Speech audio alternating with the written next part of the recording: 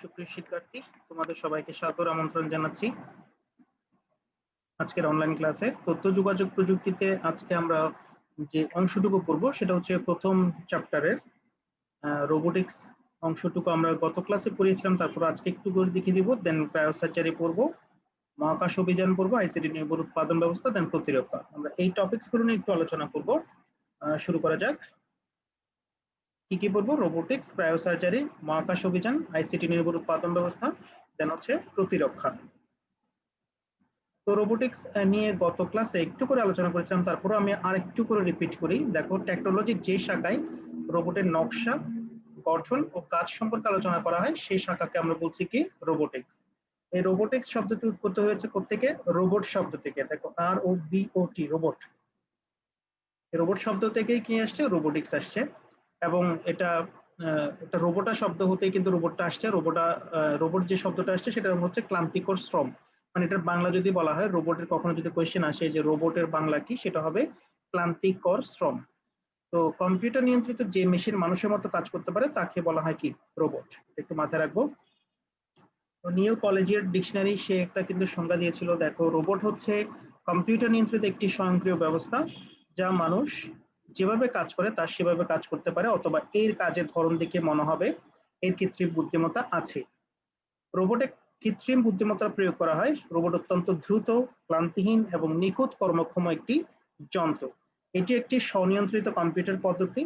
রোবটের সাহায্যে যে কোনো প্রতিকূল পরিবেশে কাজ করা এবং শিল্প কারখানায় উৎপাদন স্বয়ংক্রিয়ভাবে কি করা যায়।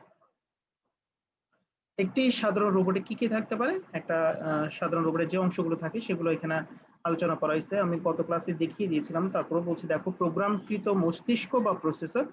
রোবটের মধ্যে এক বা একাধিক প্রসেসর থাকে যাতে রোবটকে কেন্দ্রীয়ভাবে নিয়ন্ত্রণ করার একটি প্রোগ্রাম সংরক্ষিত থাকে। এটি রোবটের মূল অংশ যা রোবটের চলাচল ও কর্মকাণ্ড সহ সকল কিছু কি করে? নিয়ন্ত্রণ করে।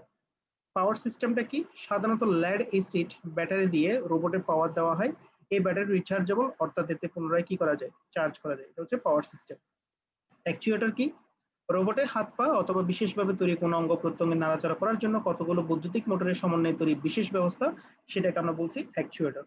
তাকে অবশ্যই সেন্সিং ক্যাপাসিটিটুকু দেওয়া হয়েছে, মানে অনুভূতি তার কাজ করে, যে সেন্সরের মাধ্যমে রোবটও মানুষের মতো অনুভূতি কি করতে পারে? তৈরি করতে পারে। ম্যানিপুলেশন বা পরিবর্তন করা। রোবটের আশেপাশে বস্তুগুলোর অবস্থান পরিবর্তন বা বস্তুটি পরিবর্তন করার পদ্ধতিকে বলা হয় কি?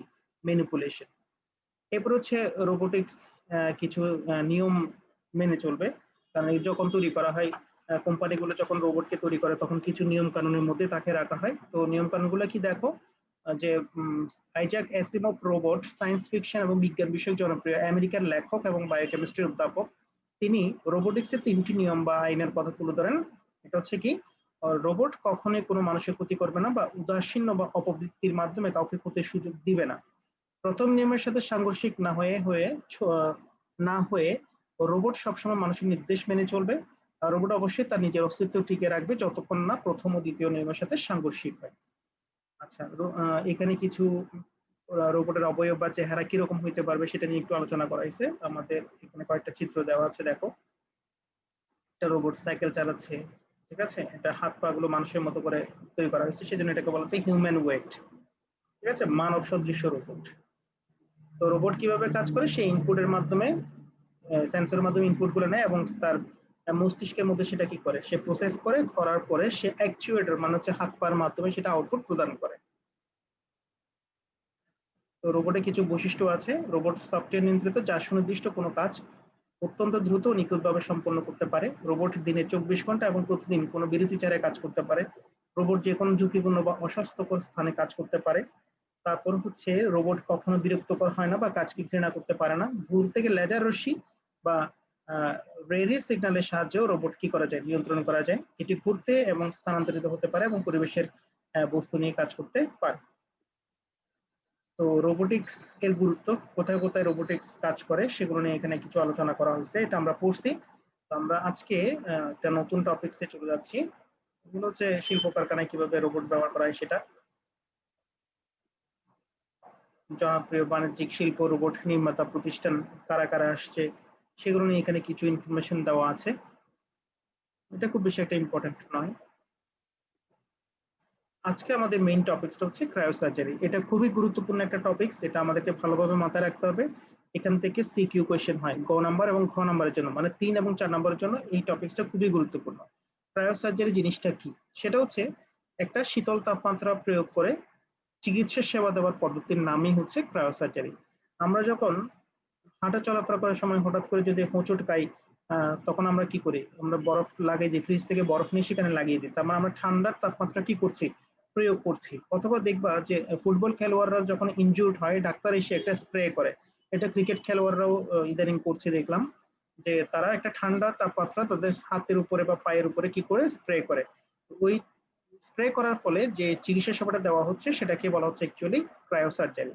তাহলে এখানে একটা সংজ্ঞা দেওয়া আছে, দেখো ক্রায়োসার্জারি হচ্ছে এক প্রকার চিকিৎসা পদ্ধতি যার মাধ্যমে অত্যাধিক শীতল তাপমাত্রা প্রয়োগ করে ত্বকের অস্বাভাবিক এবং রোগাক্রান্ত টিস্যু কি করা হয়? ধ্বংস করা হয়।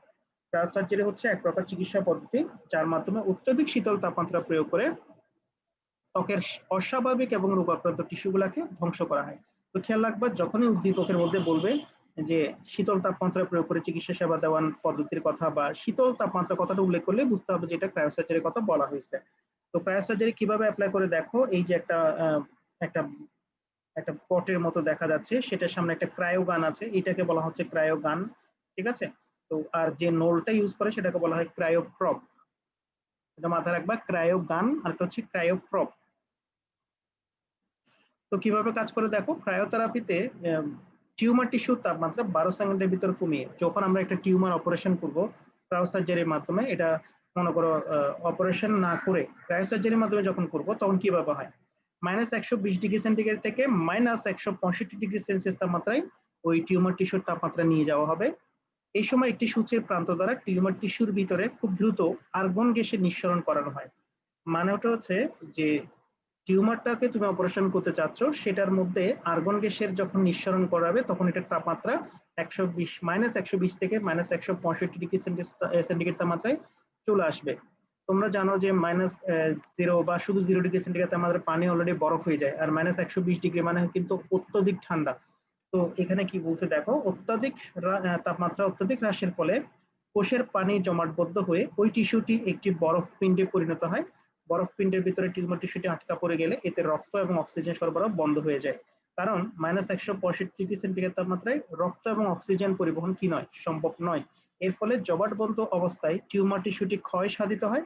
আবার সূচে প্রান্ত দিয়ে টিউমার টিস্যুটির ভিতরে হিলিয়াম গ্যাস নিঃসরণের মাধ্যমে টিস্যুটির তাপমাত্রা 20 থেকে 40 ডিগ্রি সেন্টিগ্রেডে উঠানো হয়। তখন জমাটবদ্ধ টিউমার টিস্যুটি বরফ গলে যায় এবং টিস্যুটি কি হয়?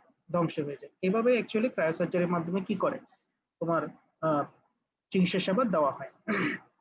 তো এগুলো ত্বকের বিভিন্ন ধরনের সমস্যার জন্য অ্যাকচুয়ালি এটাকে বেশি ইউজ করা হয়। ত্বকের ক্যান্সার হইতে পারে, ত্বকের মধ্যে আঁচিল বা টিউমার যেগুলো হয় সেগুলোকে অপসারণ করার জন্যই এই শীতল তাপমাত্রা পদ্ধতিটা ইউজ করে। ঠিক আছে?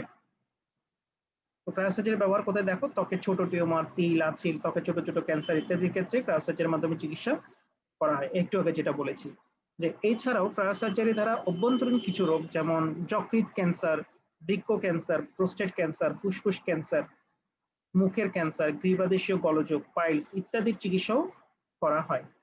ক্রায়োসার্জারিতে তথ্য যোগাযোগ প্রযুক্তির কিছু ব্যবহার আছে। দেখো, ক্রায়োসার্জারি যারা গবেষণা করেন তারা তাদের মধ্যে মত বিনিময়, গবেষণা ফলাফল বিনিময়ের জন্য ইন্টারনেট ব্যবহার করেন। রোগীর বিভিন্ন তথ্য, ক্রায়োসার্জারি সংক্রান্ত বিভিন্ন গবেষণা ফলাফল ইত্যাদি সংরক্ষণ করার জন্য ডাটাবেস সিস্টেম ব্যবহৃত হতে পারে। তারপর হচ্ছে ক্রায়োসার্জারি প্রক্রিয়া তাপমাত্রা নিয়ন্ত্রণ করার জন্য কম্পিউটার নিয়ন্ত্রিত সিস্টেম ব্যবহৃত হয়। মানে হচ্ছে কম্পিউটার প্রযুক্তির কিভাবে ব্যবহার করেন সেটা। এরপর আমাদের যে আরেকটা টপিকস আছে সেটা হচ্ছে মহাকর্ষ অভিযান। এখান থেকে স্যার তেমন একটা কোয়েশ্চেন হয় না, এমসিকিউতে আসতে পারে, খুব বেশি একটা গুরুত্বপূর্ণ নয়। মহাকাশ ভ্রমণ হচ্ছে মহাশূন্যের রহস্য আবিষ্কারের উদ্দেশ্য মহাশূন্যে পরিচালিত অনুসন্ধান বা অভিযান, এটাকে বলছে আমরা মহাকাশ অভিযান, ইংলিশে বলছি স্পেস এক্সপ্লোরেশন।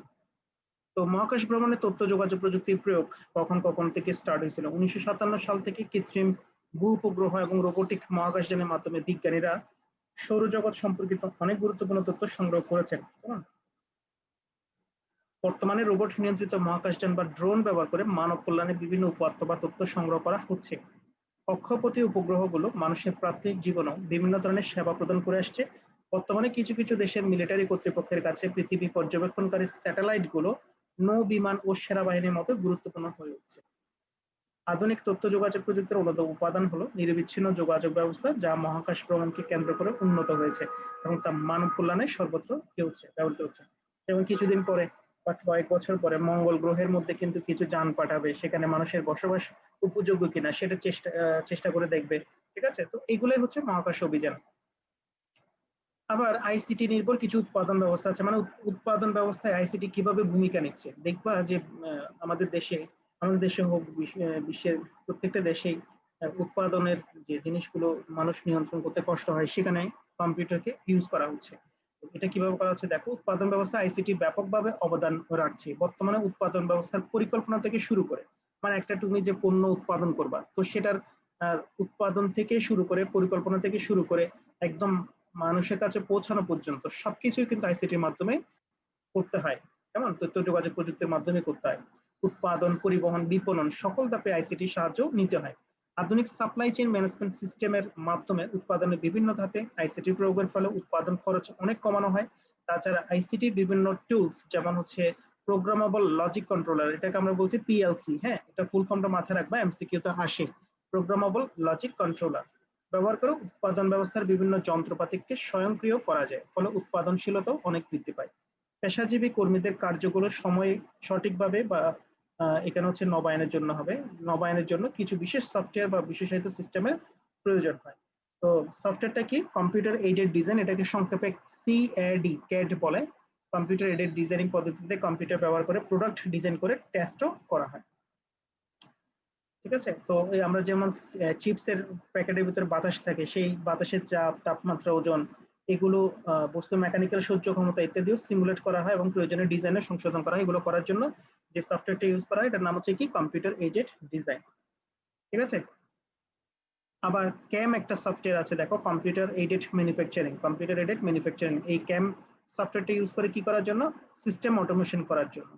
মানে ক্যাম শুধুমাত্র পণ্যতরের মূল প্রক্রিয়ার সাথে অন্তর্ভুক্ত থাকে না, বরং ইহা পণ্য ও পণ্যের বিভিন্ন অংশ তৈরির ব্যবস্থাপনা এবং শিডিউলিংও করে থাকে।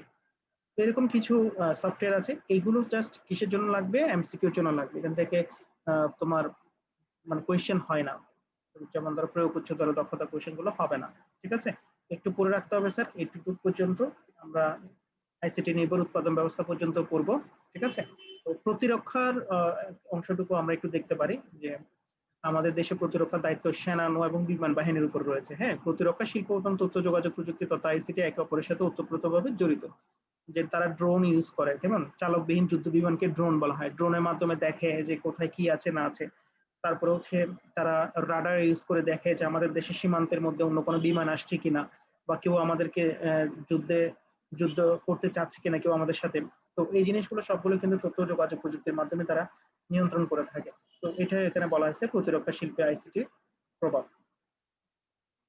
ঠিক আছে, তারপরে হচ্ছে এমন কিছু যুদ্ধযান ব্যবহার করা হয় যেখানে কোনো মানুষ থাকে না, এগুলো কম্পিউটারের মাধ্যমে নিয়ন্ত্রণ করা হয়।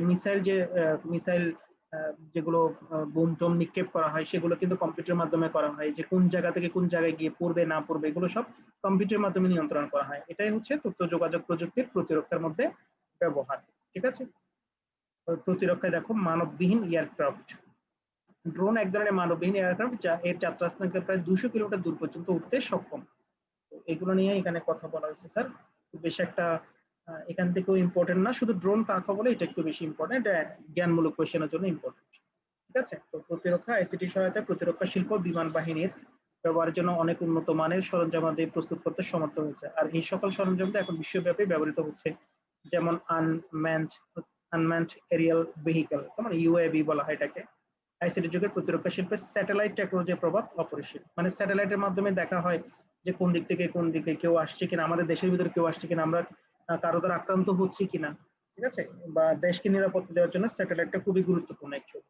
কিছু যুদ্ধ বিমান আছে, যে যুদ্ধ বিমানগুলো তোমার এই যে আনম্যানড এরিয়াল ভেহিকল, এটা এই ধরনের গুলো আমেরিকা কি করে ইউজ করে, কিছুদিন আগেও অনেক মানুষকে হত্যা করেছিল, বা কিছু যারা সন্ত্রাসী কার্যক্রমের সাথে লিপ্ত, তারা এই জিনিসগুলোর মাধ্যমে ওখানে গিয়ে অ্যাটাক করে। ঠিক আছে, তো সুবিধা আছে, এগুলো নিয়ন্ত্রণ করে কিন্তু আমেরিকাতে বসেই, অথচ সেটা তোমার আফগানিস্তানে ইরাকে গিয়েও মানুষ মেরে আসতেছে। ঠিক আছে, তো এগুলো তথ্য যোগাযোগ প্রযুক্তির কল্যাণে সম্ভব হচ্ছে।